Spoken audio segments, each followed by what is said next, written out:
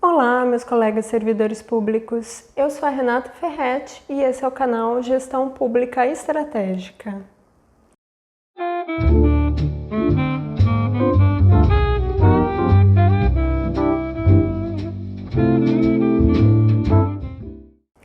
No vídeo de hoje, nós vamos conversar sobre cultura organizacional e a formulação de estratégias.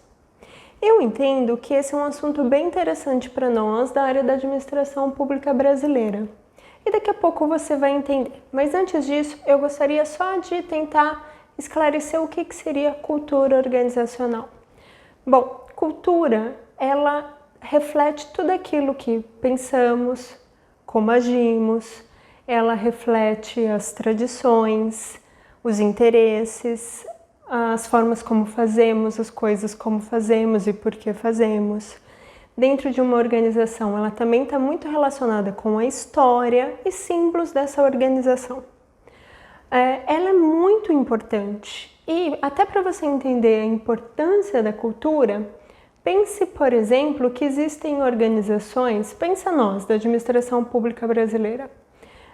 Eu, por exemplo, trabalho na Justiça do Trabalho de São Paulo, tudo bem? Vocês já sabem disso. Mas existem outros tribunais no Brasil, outros tribunais de justiça do trabalho em outros estados, outro também em São Paulo, que seria o TRT-15.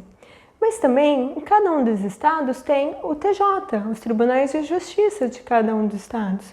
Também tem tribunais eleitorais, tribunais federais, todo mundo é justiça, certo? Mas nenhum tribunal é igual.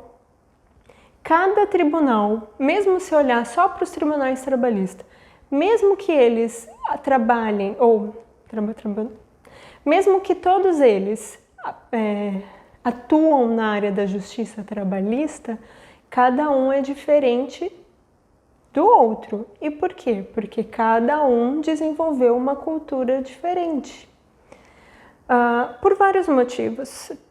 Pode depender, por exemplo, do estado onde esse tribunal esteja, né? Então, digamos que o Tribunal de São Paulo seja diferente do Rio de Janeiro, por questões culturais das localidades onde eles são instalados.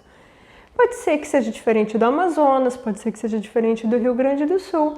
Eles são apenas diferentes, eles têm características culturais diferentes. Mas tem outras formas, não só por conta da região onde eles estão localizados.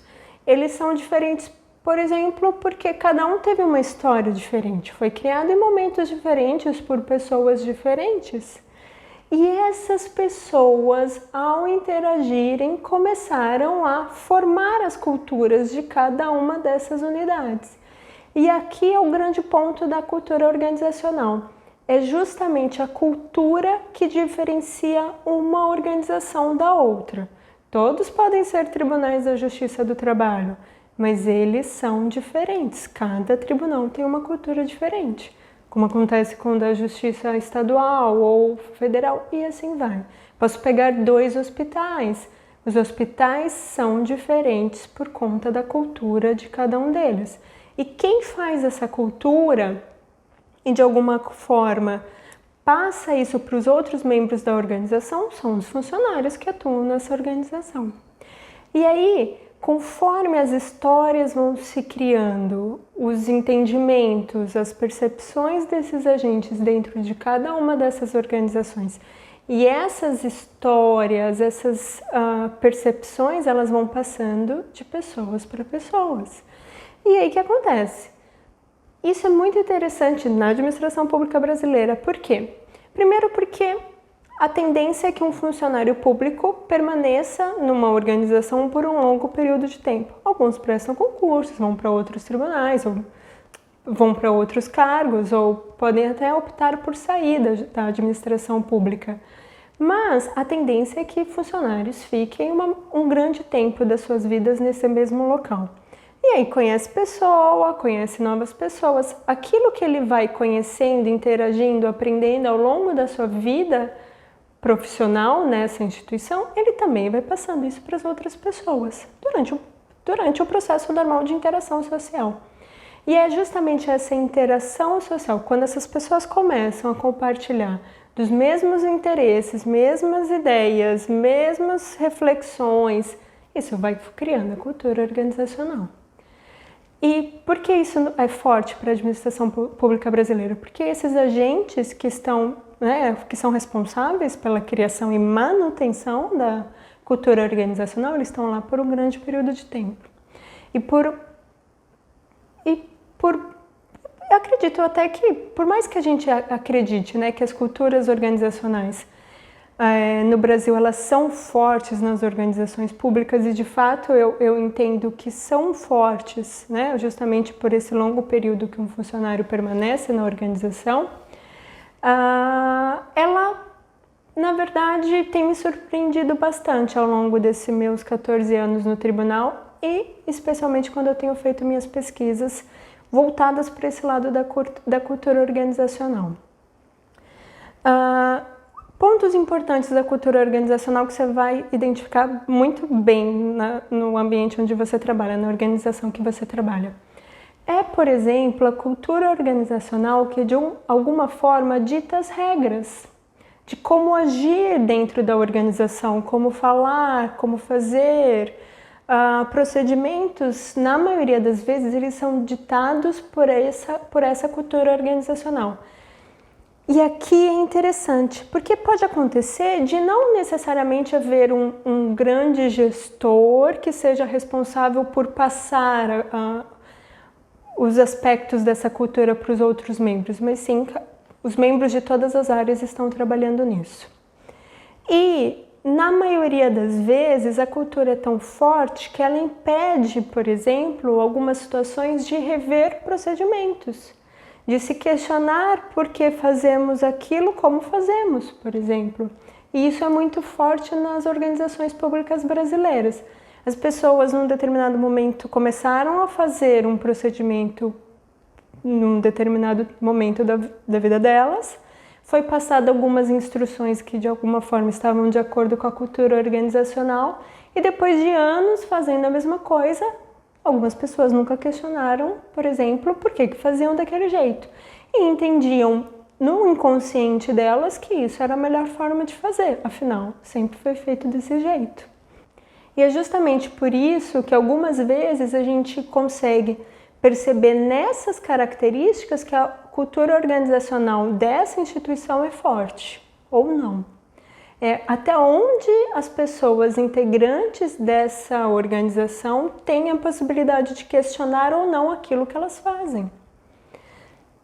Eu até brinco, onde eu trabalho, que eu gosto muito de questionar, acho que vocês já perceberam. Então, eu estou sempre questionando as coisas. E chega uma hora que, sempre que tem alguém que faz uma pergunta assim, nossa, mas por que faz desse jeito? Eu sempre falo, porque Cabral quis assim. E é justamente para falar, gente, não é possível, faz 500 anos que se faz da mesma forma. Precisamos pensar num jeito novo de fazer essa mesma atividade. É bem provável que maneiras melhores e mais eficientes existam para fazer as coisas de uma forma mais eficiente. E aí, quando alguém começa a questionar e muito defender a sua posição, não, mas tem que fazer dessa forma, é assim mesmo, eu sempre falo, porque Cabral quis assim. E é justamente esse que é uma situação que eu acho que é importante todos os dias a gente pensar. Mas por que nós fazemos algumas coisas da forma como fazemos? Será que nós não podemos mudar alguma coisa? E então eu gosto de questionar e quem trabalha comigo normalmente acaba sendo um grande questionador e eu acho isso ótimo. Mas, por exemplo, eu já trabalhei num local que os procedimentos eram passados e toda vez que alguém questionava, mas será que não daria para fazer de um outro jeito? Nossa, mas por que fazer isso? E aí a diretora, na ocasião, sempre falava, porque a juíza mandou fazer assim. E aí, falou que o juiz mandou, não tem mais questionamentos. E aí eu fui trabalhar num lugar desse. E toda vez que se questionava, não, mas o juiz mandou. É uma decisão do juiz. E eu percebia que as pessoas que trabalhavam comigo não questionavam. E aí eu, que já sou um pouco mais extrovertida, comecei a criar oportunidades para perguntar ao juiz, mas por que é essa decisão que deve ser utilizada nesse caso, por exemplo? E todas as vezes eu comecei a ir questionar o juiz, mas não é possível que seja dessa forma. E a minha surpresa é que o juiz falava assim, não, também acho, não sei por que é dessa forma. Não, vamos mudar. O juiz era super aberto a fazer essas mudanças. Desculpe, o galo Ralph está cantando aqui na frente da onde estou gravando. Ele é o dono do quintal, então não posso reclamar. Bom, voltando. Então, e aí eu comecei a perceber que esse juiz era aberto até a fazer essas mudanças e pensar, né? Nossa, mas por que desse jeito? Então, discutir para encontrar saídas melhores. E aí eu comecei a perceber que essa era uma característica cultural daquele ambiente de trabalho. Bom, primeiro que eu entendo que o diretor falava isso porque se o juiz manda, ninguém questiona. Então já era uma situação bem confortável para ele. Segundo, porque ele tinha certeza que ninguém nunca iria perguntar para o juiz por que o juiz estaria pensando daquele jeito. E aí, dessa forma, ele criou uma cultura organizacional bem restritiva, né, na unidade que ele gerenciava, esse diretor, a ponto das pessoas acharem que não perguntar ou não questionar era a melhor coisa a fazer. Bom, acabei ficando lá algum tempo, foi até muito bom para mim, principalmente por conta dessa minha relação direta de perguntar para o juiz, eu acabei aprendendo bastante.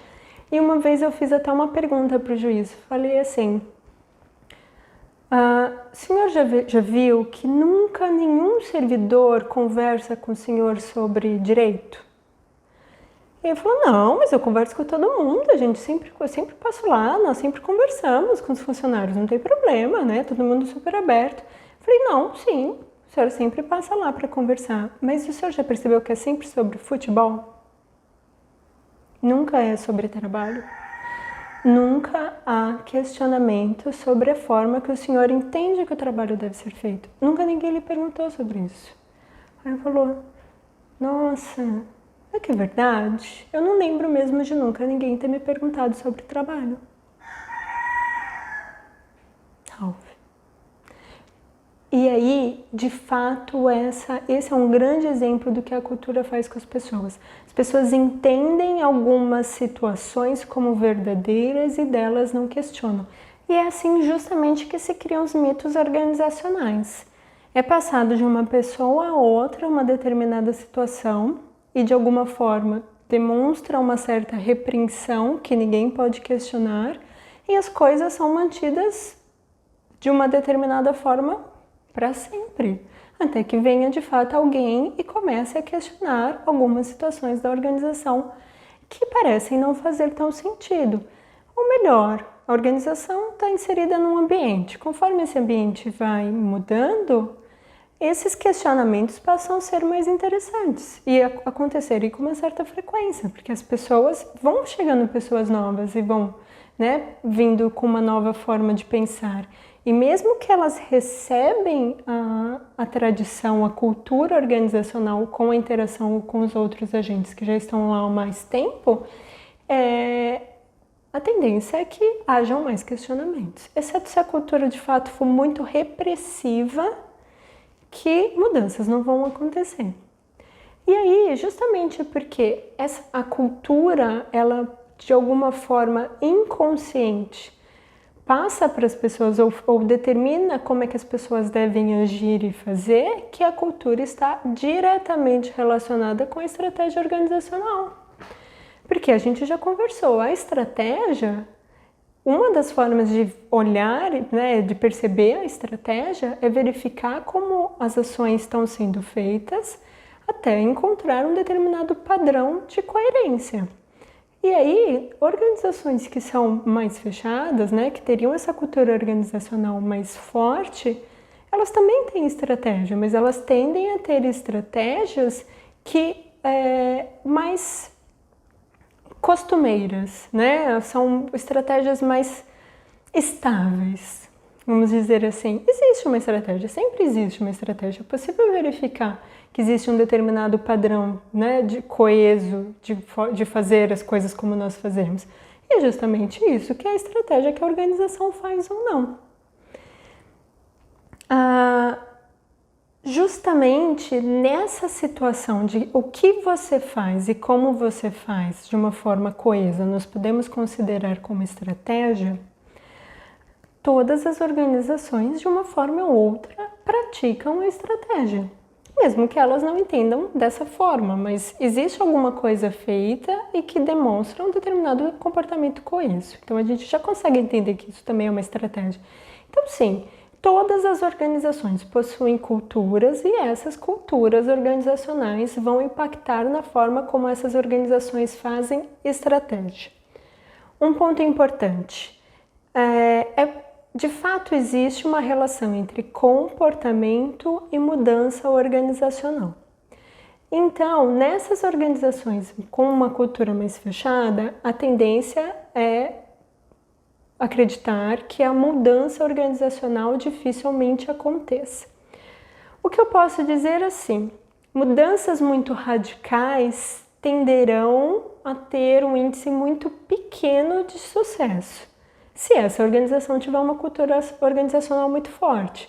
Por quê? Porque a própria cultura das pessoas, né, o que elas compartilham, do que elas entendem ser correto, que esteja de acordo com as tradições, na maioria das vezes vai ser um empecilho a mudanças muito radicais.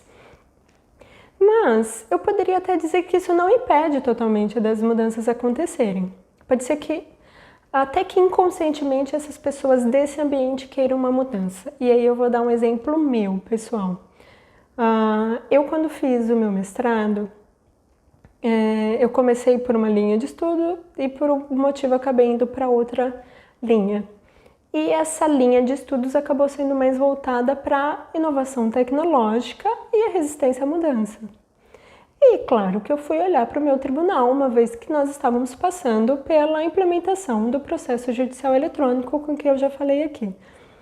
E, de fato, o tribunal do qual eu trabalho tem uma cultura muito própria dele, né? E, de fato, costuma ser uma cultura mais fechada se eu for comparar para uma organização privada. E até como pressuposto dessa pesquisa, eu tinha a ideia de que as pessoas não estavam aceitando bem a ideia da inovação tecnológica. Então, assim, eu comecei a pesquisa achando que as pessoas não estariam abertas a receber o processo judicial eletrônico. E essa pesquisa foi em 2012, bem no começo. Eu não fiz, na verdade, só com relação ao meu tribunal. Eu fiz uma pesquisa com todas as varas no Brasil inteiro que tinham já adotado o processo judicial eletrônico e justamente a minha pesquisa era tentar entender o quanto essas pessoas estavam comprometidas com essa mudança ou não, né, a ponto de facilitar ou dificultar a implementação dessa inovação tecnológica. E para minha surpresa é que era o contrário. O servidor público federal da Justiça do Trabalho naquela época, em que estavam começando a implementação de varas do trabalho eletrônicas, eles estavam muito mais confiantes e comprometidos com essa mudança do que com medo da mudança. Muita gente, né? É muito comum falar assim, mas as pessoas têm medo das máquinas, dos computadores, isso vai tirar emprego e tudo mais. Então, já é comum, o ser humano tem medo da mudança, ele tem medo de sair de uma área de conforto. Mas, em especial, os servidores da Justiça do Trabalho estavam receptivos a essa mudança. E foi muito interessante, não só para mim, como os professores que estavam pesquisando comigo na época, foi uma grande surpresa. Porque essa hipótese não foi confirmada, a hipótese de ser resistente à mudança e não querer a mudança não foi confirmada. E foi uma grande surpresa perceber que eles estavam abertos à mudança. Poderia passar aqui horas para poder justificar, então, por que isso teria acontecido. E uma das situações, eu posso dizer sim, foi uma mudança muito radical para o judiciário brasileiro passar por por uma inovação tão grande tecnológica. Sair do papel ali, que os juízes queriam físico, ler, bonitinho, os servidores também, os advogados, sair dessa situação do processo físico para ir olhar na tela do computador e encontrar tudo o que precisa. Foi um grande desafio, mas foi possível. Esse ano mesmo, dia 8 de janeiro de 2020, se eu não me engano, o maior Tribunal da Justiça do Trabalho do Brasil, que por acaso é onde eu trabalho, o TRT2, declarou que acabou com todos os processos físicos em tramitação. Está tudo hoje no sistema. Demorou 9 anos, pelas minhas contas. 9 anos, mas foi possível. Poderia ter sido mais fácil se a cultura fosse um pouco mais maleável? Poderia, mas não é a realidade. A realidade é a cultura que temos e a mudança dessa tecnologia aconteceu por motivos que deveriam acontecer, né? Não tem nem muito questionar. Mas é isso que é importante a gente entender. Sim, a mudança pode ser um empecilho, a cultura organizacional pode ser um empecilho à mudança?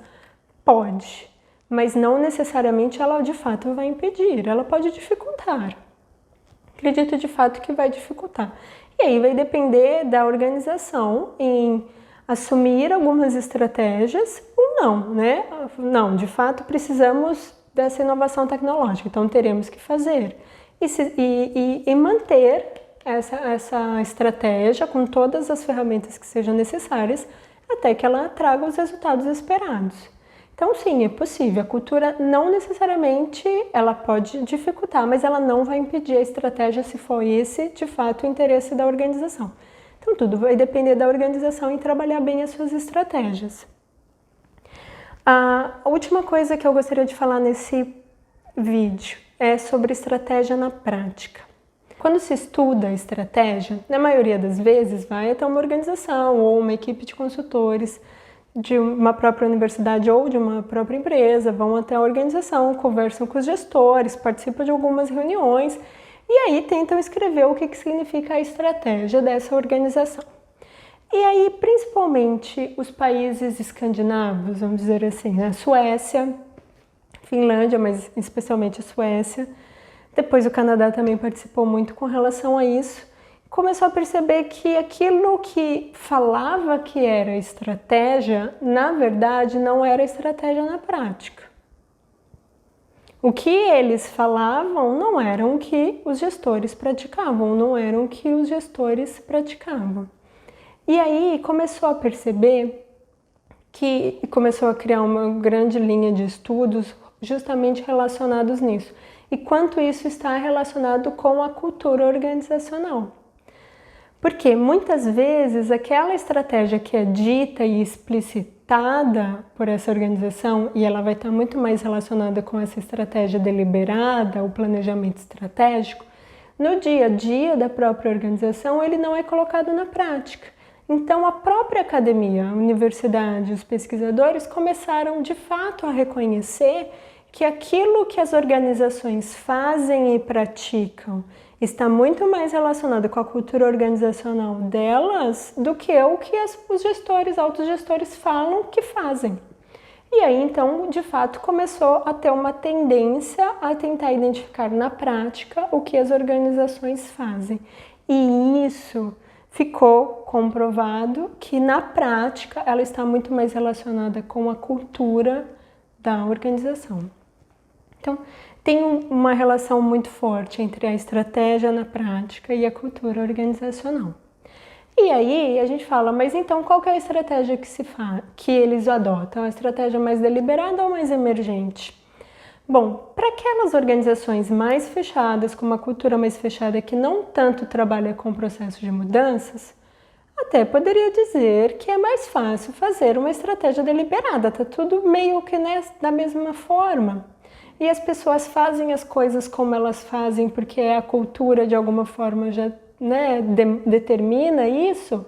Então, com o passar do tempo, de fato, são mais estratégias deliberadas.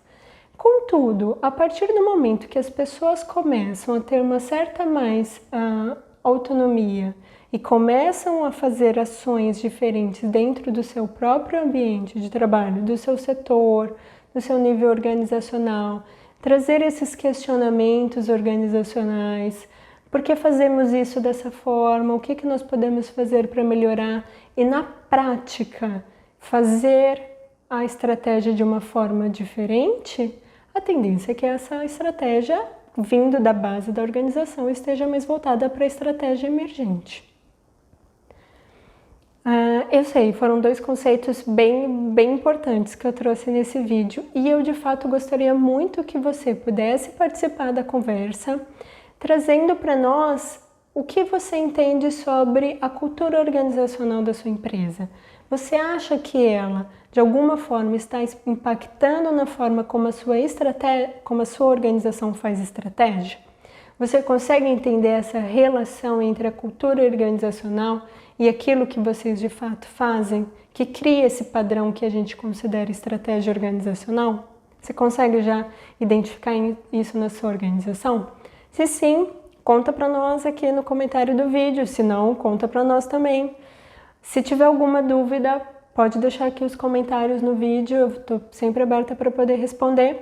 E se você tiver alguma ideia de novos vídeos, uma ideia do que, sei lá, às vezes uma pergunta, alguma coisa que você gostaria de ter esclarecido, deixa aqui nos comentários do vídeo que isso vai poder me ajudar a preparar novos vídeos no futuro, tá bom? Por hoje é isso, até mais!